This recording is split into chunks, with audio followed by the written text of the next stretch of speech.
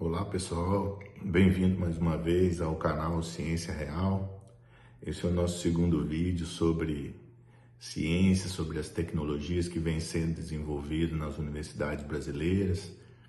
Nós focamos o primeiro vídeo na questão do nióbio, que é fruto do desenvolvimento do nosso grupo de pesquisa há muitos anos. Mostrei para os senhores quão versátil pode ser o nióbio, as possibilidades de geração de riqueza e tecnologias, usando nossa ciência, ciência das universidades brasileiras, e que pode transformar produtos da nossa riqueza mineral, né? Como exemplo o nióbio, também em terras raras, a gente vai falar disso em outros vídeos.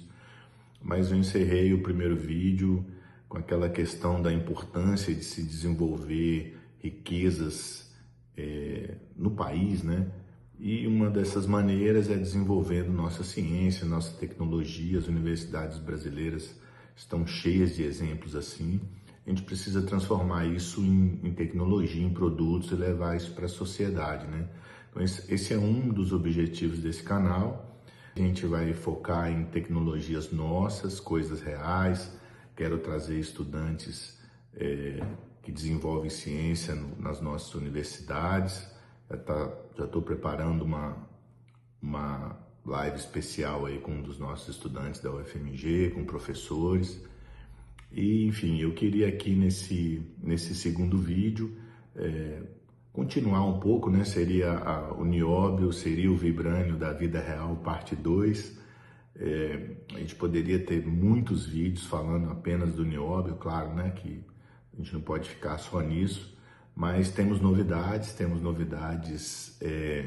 com relação ao desenvolvimento de novos produtos, novas tecnologias com nióbio.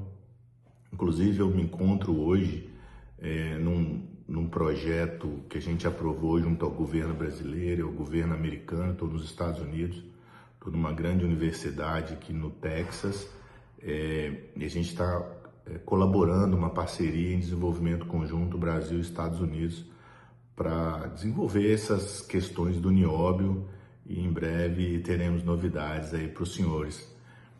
Mais uma vez eu queria reforçar o meu convite e me apresentar novamente para quem ainda vai chegar no canal, né?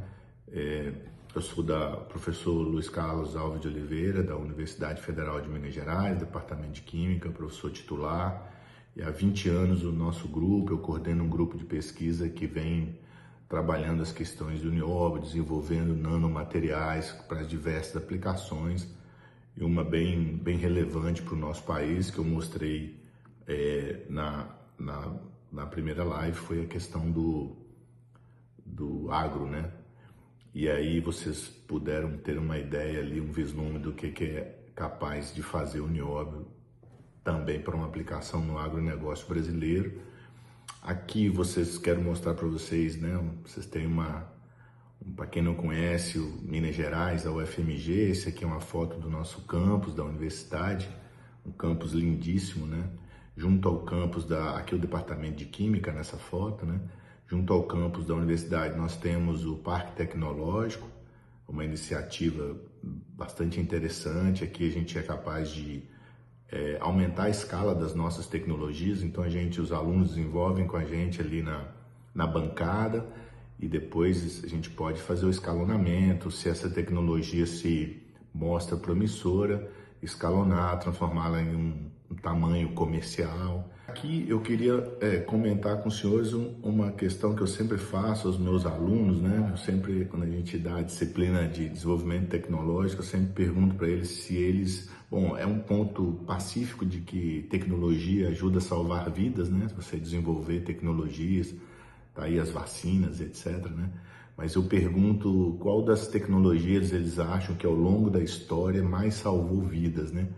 É muito interessante, as opiniões são bastante diversas, mas poucos acertam que a tecnologia que mais salvou vidas ao longo da história está relacionada ao agro, né? Foi o desenvolvimento de fertilizantes aqui em 1909, o processo Haber-Bosch, um processo catalítico usando nanomateriais, não de nióbio nesse caso, catalisadora de ferro, né? Que o nosso grupo trabalha bastante também. E entre os, claro, aí depois tem vacinas aqui entre alguns desses desenvolvimentos tecnológicos, a vacina contra a varíola, novamente algo, tecnologias relacionadas ao agro, né? Aí a importância, a Revolução Verde do trigo, 1940, 1950, de tecnologias que foram, que permitiram, né, maior produtividade do trigo e maior distribuição de alimentos. A vacina do sarampo entra aqui também, penicilina e tudo, né? Então essa é uma história interessante que a gente usa com os alunos. E novamente, voltando ao nióbio aqui, aqui mostro para vocês uma foto da mina de Araxá, em Minas Gerais, da empresa CBMM, que sempre nos fornece os materiais para estudo, né? É interessante, o nióbio, ele está na superfície, ele está aflorado, então é bem mais fácil a questão da exploração. Claro que foi desenvolvida tecnologia ao longo dos anos para exploração, purificação, né? E aí o uso aqui, como eu já tinha comentado, do aço, né? E aqui, só para reforçar uma coisa que eu também tinha comentado, mas não tinha mostrado com detalhes, essa é uma distribuição de elementos na crosta terrestre, e aqui onde vocês podem ver em vermelho, o nióbio, ele é quase tão abundante na natureza quanto o cobre, né? Como vocês podem ver aqui nesse pontilhado em vermelho. Então, de novo, né? E agora aqui com gráficos, o nióbio não é raro.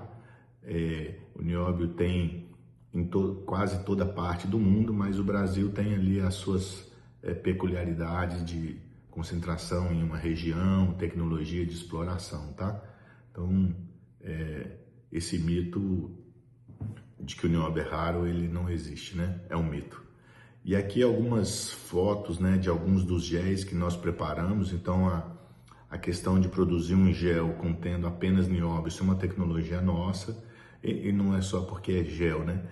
Esse gel apresenta propriedades especiais. Por exemplo, eu posso ancorar ali um grupo orgânico para modificar, modular a capacidade de absorção de luz pela nanopartícula de nióbio. Eu posso ancorar um composto nitrogenado, como é o caso de um dos exemplos aqui, que pode dar propriedades, outros que pode liberar nitrogênio de forma controlada no ambiente, né? Isso é para a agricultura novamente.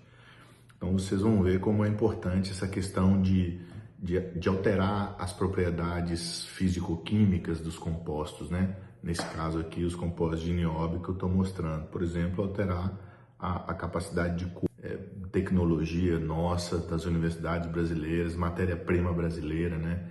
E aqui é um ponto em que eu queria chamar a atenção para uma novidade, para umas aplicações novas que a gente vem desenvolvendo ao longo dos anos, e chegamos agora a mais um resultado muito interessante. Essa aqui é uma figura ilustrativa, onde mostra aqui no lado esquerdo a estrutura que nós criamos, né?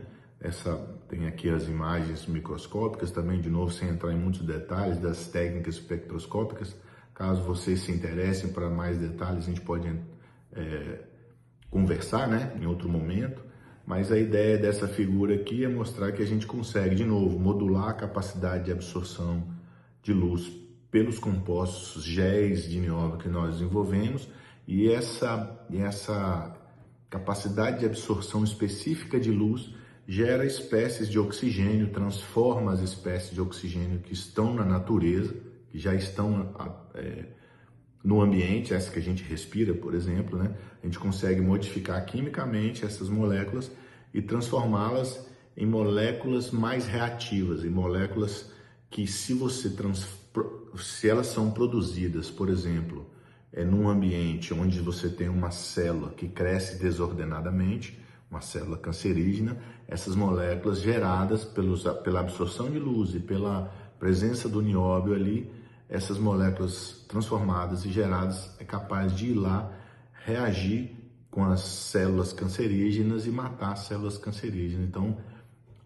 compostos de nióbio são capazes de serem usados como fármacos, ainda em estudo, né? Como fármacos para o tratamento de câncer.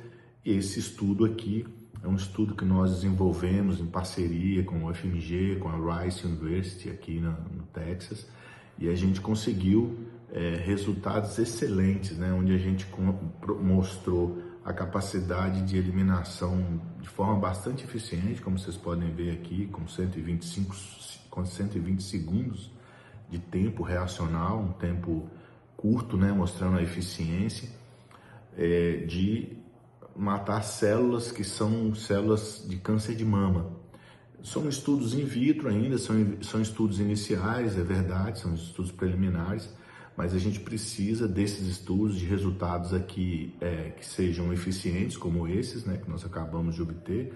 Estamos enviando um artigo científico em parceria o FMG Rice University, para uma revista renomada internacionalmente, apresentando esses dados, né? Esses dados mostraram não só a capacidade da nanopartícula de eliminar células cancerígenas, mas também de preservar células sadias, né? Então, quando a gente usava, que é o gráfico da parte de cima aqui, quando a gente usava células não tóxicas ou material de nióbio, que a gente não fez a modificação para modular a absorção de luz, a gente não tinha o mesmo efeito, né? Então, mostra que o resultado é bastante promissor, tá?